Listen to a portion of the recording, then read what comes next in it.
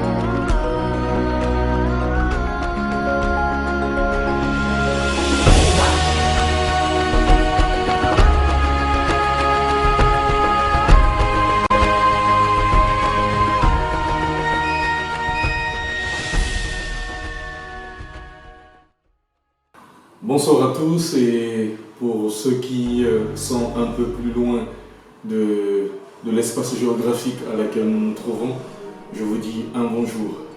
Très heureux d'être ici avec vous pour partager avec vous ce laps de temps, ce moment, échanger avec vous. Je suis très heureux, je m'appelle Pascal Bouya, conférencier, maître de cérémonie, coach en développement personnel. Et si je me présente à vous ce soir, c'est grâce aussi à l'expertise et le professionnalisme de la maison 7 étoiles, qui n'est autre qu'un grand partenaire, une maison multimédia et autres, que vous aurez aussi dans quelques jours, dans très peu de temps, l'occasion de découvrir. Et j'en sais d'ailleurs que nombreuses personnes maîtrisent la maison 7 étoiles. Alors, nous allons faire quelques exercices avec vous ce soir. Nous allons échanger. Nous allons discuter sur un grand nombre de choses, mais sur une thématique bien précise. Alors, sur quoi j'aimerais échanger avec vous ce soir? J'aimerais parler avec vous sur les 5 conseils du roi David pour réussir. Les gens vont se dire, mais pourquoi les 5 conseils du roi David pour réussir? Le roi David, c'était un guerrier. Le roi David, c'était un soldat et tout. Bon, qu'est-ce qu'il a fait d'extraordinaire pour que l'on parle du roi David ici dans le cadre de la réussite? Mais j'aimerais vous dire que si vous vous posez de telles questions, vous vous trompez énormément. Parce que si on essaye un peu de voir la vie du roi David, si nous faisons un peu le résumé de la vie du roi David, vous allez voir que le roi David a réussi à entreprendre tout ce qu'il voulait. Tout ce qu'il voulait faire, il l'a réussi.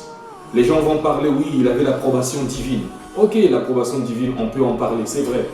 Mais il y avait aussi le concours personnel du roi David.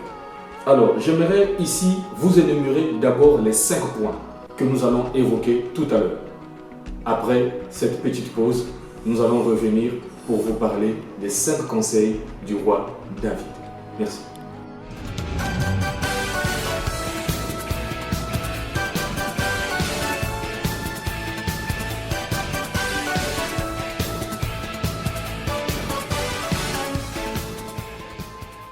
Alors je disais qu'après cette petite pause, nous allons revenir ici pour énumérer les 5 points nous permettant de réussir selon le roi David. Le premier point, c'est ce que le conseil que le roi David nous donne, c'est que d'où vous venez, peu importe l'endroit où vous venez, vous pouvez réussir. Le second point, c'est que personne ne peut empêcher ta promotion.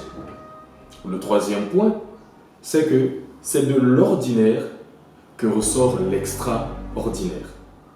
Le quatrième point, c'est un point extra, vraiment, c'est quelque chose que j'apprécie énormément. Et vous allez découvrir ça avec moi et j'aimerais vraiment que vous portez une attention particulière sur ce quatrième point. Le quatrième point, c'est que lorsque les gens pensent que c'est fini pour vous, alors ce n'est pas encore fini. Le cinquième point, honore les gens qui sont tout autour de toi. Commençons par le premier point. Peu importe d'où vous venez, vous pouvez réussir. Nombreuses personnes dans ce monde pensent que la réussite est préservée juste pour une certaine classe. Les riches deviennent de plus en plus riches.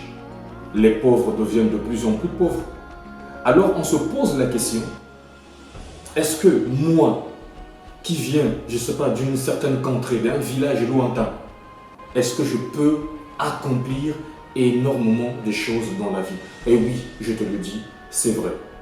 Parce que la plupart des personnes qui ont dû réussir dans leur vie, ils sont venus, disons, ils sont venus du néant, j'allais dire. Ils ont commencé par zéro pour ressortir quelque chose de pur, quelque chose de concret, quelque chose qui est apprécié par tout le monde. Vous voulez que je vous donne des exemples? Les exemples sont sans nombre.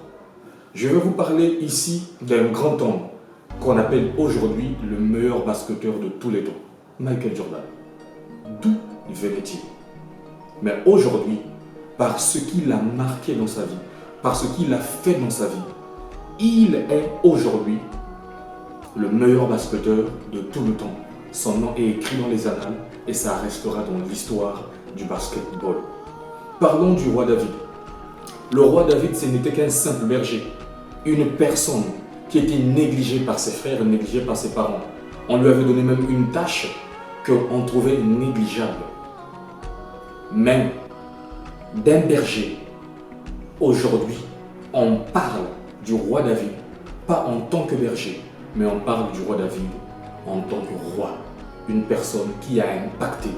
Et son nom, quand on essaie d'aller un peu plus loin, même dans la science chrétienne, on parle du roi David comme étant un homme selon le cœur de Dieu. C'est pour dire quoi? C'est pour dire que ne négligez pas votre personne. Peu importe d'où vous venez, de la famille à laquelle vous appartenez, de la classe sociale à laquelle vous appartenez, cela ne peut pas définir votre futur. Le futur, c'est nous-mêmes qui écrivons notre futur. Nous écrivons notre futur par rapport à la détermination et la volonté que nous manifestons dans notre vie. Une simple formule, peu importe d'où tu viens, aie de la détermination, aie de la volonté, sois optimiste et tu verras que tu vas aussi impacter le monde, tu verras que tu vas aussi réussir dans ta vie. Ne considère pas ton appartenance, ne considère pas tes origines dans le sens où je viens d'une contrée, par exemple chez nous en Afrique on parle du village, je viens du village. Est-ce que moi une villageoise ou un villageois qui n'a aucune forme d'instruction peut réussir dans la vie? Oui, les exemples sont nombreux. Ici, j'aimerais ensuite développer le deuxième point. Le deuxième point nous dit quoi? Que personne, mes chers amis, personne ici ne peut arrêter ou ne peut vous empêcher d'obtenir une promotion. Plusieurs personnes travaillent dans des entreprises. Plusieurs personnes, ils vont du matin jusqu'au soir. Mais lorsque nous partons du matin jusqu'au soir dans une entreprise, dans un service pour aller travailler, qu'est-ce que nous voulons obtenir? Est-ce que nous ne voulons pas aller un peu plus loin? Est-ce que nous ne voulons pas exceller dans notre domaine? Si, bien sûr, nous voulons exceller. Je vais vous raconter une petite histoire, une anecdote d'une personne qui savait, par rapport au nombre de temps qu'il avait dû faire dans cette société, il savait qu'un peu plus loin, il pourra obtenir une promotion. Il se disait, je vais toujours obtenir une promotion. Il se le disait, mais il ne savait pas quand. Alors le responsable avec les services habilités de l'entreprise ont voulu et on cochait son nom dans la liste de ceux qui pouvaient obtenir une certaine promotion. Mais quelques-uns de ses amis étaient jaloux. Ils ne voulaient pas. Pourquoi lui? Pourquoi lui? Ils ont fait tout ce qu'il fallait pour empêcher cette promotion. Mais lui, comme il ne savait pas tout ce qui se passait dans les recoins derrière lui, il était focus sur ses objectifs. Mais il ne savait pas que son nom était coché quelque part pour obtenir une promotion. Mais il est resté focus sur son objectif. Son désir était tellement trop ardent. C'était de plus en plus fort. Il se disait qu'il va obtenir toujours, peu importe le temps, une promotion. Mais les amis l'ont jeté des pots de banane, l'ont empêché. Ils ont fait tout ce qu'ils voulaient. Le discréditer devant les gens. ils ont même zappé, c'est-à-dire ils ont zappé son travail. Mais malgré tout ce qu'ils ont fait, la Providence avait décidé ce jour-là qu'il devait obtenir cette fois-ci sa promotion. Nous marchons dans les rues, nous côtoyons les gens, nous sommes dans le milieu, dans le cercle des entreprises, nous sommes dans le monde des affaires. Tu veux obtenir quelque chose, sois focus sur ce que tu veux. Comme disait la Bible, ne t'en détourne ni à gauche ni à droite, mais reste là. Sois focus sur tes objectifs. Ce que tu veux et ce que tu obtiens. Il y a un adage qui dit ce que femme veut et ce que Dieu veut. Alors c'est un peu plus simple. Écris dans ta vie, établis les cadres de vie. Trace-les, écris-les.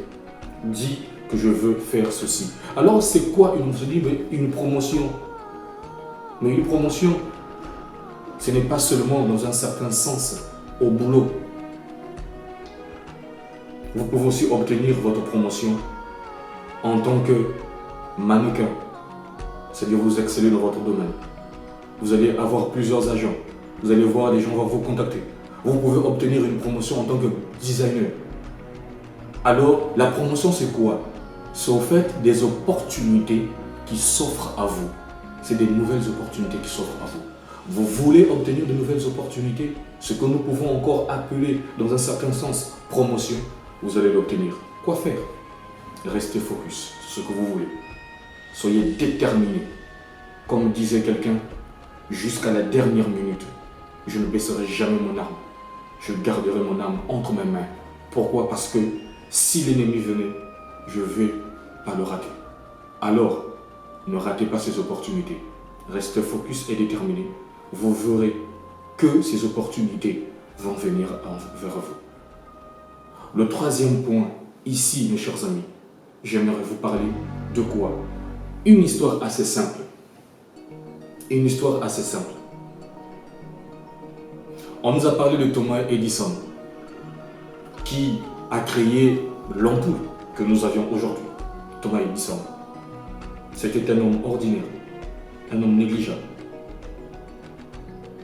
Mais à cause de cette invention, il a quitté de l'ordinaire vers l'extraordinaire. Qu'est-ce que je veux dire par là?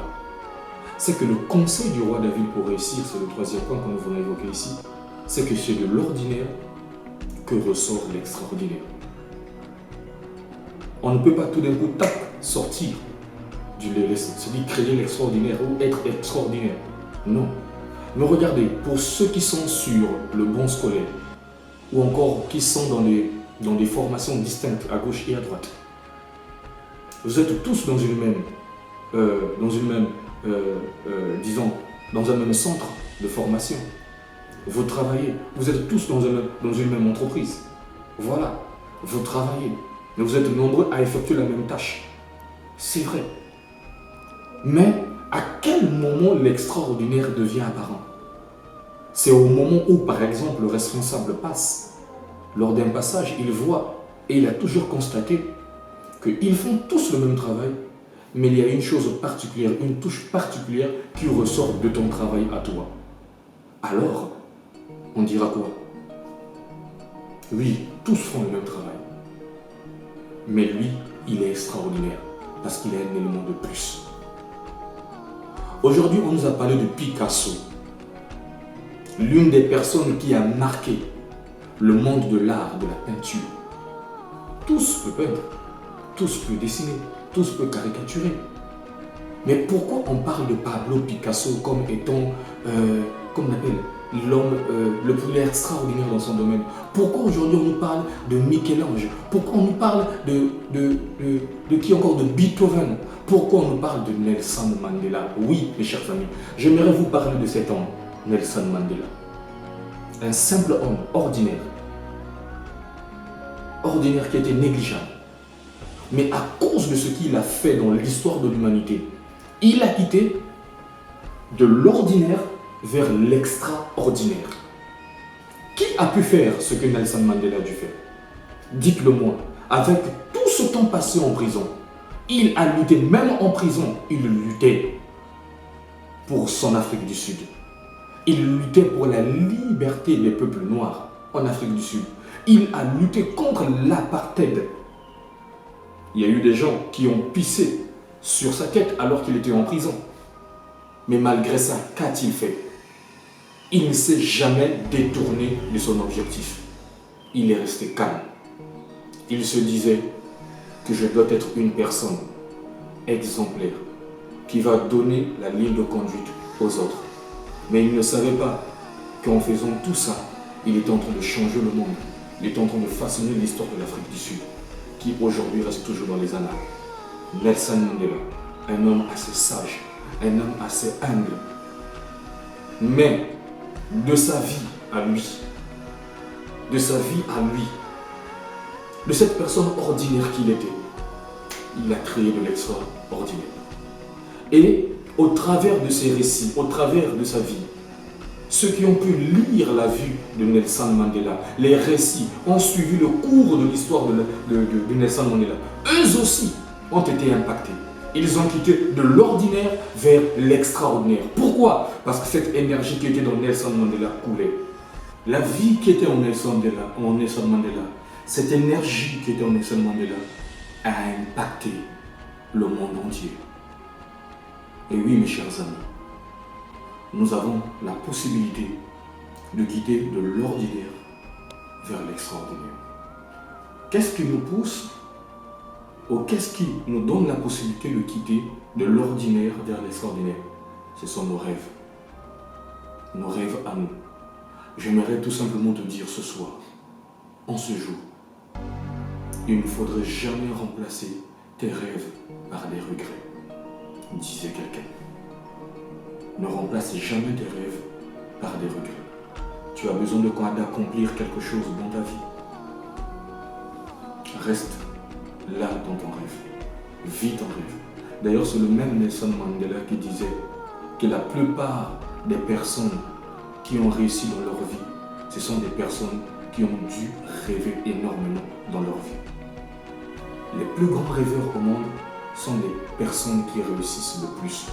Pourquoi? C'est parce que c'est dans notre subconscient, c'est dans notre sommeil que nous façonnons notre vie. Pourquoi? Parce que nous sommes nous-mêmes les architectes de notre vie. Nous écrivons notre vie nous-mêmes. Je veux dire même à ceux-là qui croient la Bible. Si vous essayez un peu de regarder, même dans la parole de Dieu, dans la parole biblique, il est écrit, pour ceux qui le savent d'ailleurs, que Dieu nous a donné le libre arbitre, donc le choix. Alors ce libre arbitre est dû à quoi? Le libre arbitre, c'est un pouvoir. C'est une capacité aussi que Dieu nous a donnée de choisir, de déterminer ce que nous sommes et ce que nous pouvions être. Mes chers amis, choisissez à être des meilleures personnes dans votre vie. Choisissez à être des leaders, des personnes qui vont impacter un grand nombre de vies. Choisissez à être des personnes qui vont transformer des vies. Nelson Mandela, pour être cette personne qui a transformé des vies, il a fallu qu'il transforme sa propre vie lui-même. Et oui, pour être aussi extraordinaire, pense à faire un travail au-delà de toi. Travaille ta personne. Travaille tes points faibles, tes points forts. Travaille. Ne néglige pas cela. Pourquoi? Parce que la vie est une course. La vie est un défi. Nous voulons tous être des personnes extraordinaires. Alors comment être extraordinaire? Ne te détourne pas de ton rêve. Ne te détourne pas de ton objectif. Ne remplace jamais tes rêves par de regrets. Le quatrième conseil, mes chers amis, ce que je vous disais tout à l'heure, alors c'est quelque chose que j'ai toujours dit, que c'est waouh. Oui, c'est quelque chose qui est génial, très impactant. Qu'est-ce que je veux dire par là? Si vous me voyez faire ceci, parce que c'est quelque chose que je savoure. Quand je dis je suis dans mon assiette, en évoquant ces points. C'est quoi, mes chers amis? Nombreuses personnes, on leur dit que c'est fini pour toi. Tu vas échouer. Tu vas échouer. On a essayé d'établir des chronos dans notre vie. Dans ta vie, assurément, quelqu'un t'a dit que tu ne réussiras pas. Dans ta vie, assurément, quelqu'un t'a dit que tu vas échouer. On a établi un chrono. On a dit que dans 10 secondes, il va mourir. J'aimerais vous raconter l'histoire d'un grand homme. C'était le fils d'un grand homme d'affaires. Ce monsieur avait tout ce qu'il avait. Il avait des montres très chères, des Rolex, vous le savez. Il avait tout. Il partait en boîte. Il faisait ceci. Il menait sa vie comme il le voulait. Mais un jour, sa santé commença à lui lâcher. Il est parti à l'hôpital et on a dit qu'il souffrait d'un cancer, alors un cancer rare. Qu'il avait juste à peine 2 mois à vivre. Alors, son cancer, comme le disent certains médecins, je pense que c'est ça le terme, était en phase terminale. Lui, il a dit, mais comment ferais-je? Assurément, ma vie est finie. Il s'est posé plusieurs questions. Mais, que vais-je faire? Quel est cet héritage que je vais laisser à l'humanité? Alors, il a commencé à vendre ses montres de luxe, ses véhicules. Tout ce qu'il avait, il vendait. Il s'est lancé dans les œuvres caritatives. Il s'est battu avec son cancer. Mais il s'est dit, avant de partir, je dois quand même laisser quelque chose de particulier, quelque chose d'extraordinaire à l'humanité. Il avait tout vendu. Il avait tout lâché. Mais il a créé des associations en Afrique, partout, au Moyen-Orient. Il a défendu les causes des désœuvrés, les causes des démunis. Il a tout donné. Alors qu'il avait un pronostic vital établi pour sa vie, dans sa vie pour 2 mois, mes chers amis. Il a quitté de 2 mois à 2 ans et demi. Juste pour vous dire une chose. Lorsqu'on vous dit que c'est fini, ne croyez pas. Rejetez cela. Parce que ce n'est pas encore fini pour vous. Cela va finir au moment où vous-même vous allez décider que cela est fini. C'est le 4e conseil du roi David. Il dit ceci. Si le monde pense que c'est fini pour vous, alors ce n'est pas encore fini. Relevez-vous. Vous êtes tombé quelque part, vous avez investi quelque part, les gens se moquent de vous, il est fini. Il a investi, ça n'a pas marché. J'ai investi dans, dans la crypto-monnaie, ça n'a pas marché. J'ai investi dans le ciment, ça n'a pas marché. J'ai investi ici à gauche, ça n'a pas marché. Oui, mais je vous pose une question. Thomas Edison, il a essayé combien de fois d'inventer l'ampoule? Quelqu'un avait dit, mais monsieur Edison, vous avez fait 3600 fois des échecs. Comment vous avez fait pour avoir les dit non? Lorsque j'étais en train d'échouer, au fait, c'était juste une manière pour moi d'avancer. Je n'ai pas échoué 3600 fois ou autant de fois, mais j'ai eu 3600 méthodes pour parvenir à mes fins. Qu'est-ce que je peux vous dire? On peut se moquer de vous parce que vous avez fait ceci, ça n'a pas marché. Vous avez fait cela, ça n'a pas marché. Archimède a tenté d'avoir une formule aujourd'hui qui nous aide. Les gens se sont moqués d'Archimède. Mais un jour, en plein midi, Archimède avait trouvé la formule. Il est sorti de sa piscine, il a dit Eureka, Eureka, Eureka, qui veut dire tout simplement en français, j'ai trouvé. Vous aussi, vous allez trouver votre chemin. Mais pour trouver votre chemin, c'est là dans votre esprit. C'est votre esprit qui vous donne le canevas. Vous devriez habituer votre esprit à obtenir ou à visualiser de très bonnes choses. Travaillez votre subconscient. Le subconscient que nous avions, c'est une matrice, c'est une substance qui nous permet d'atteindre nos objectifs. En fait, le subconscient, c'est comme Dieu en nous.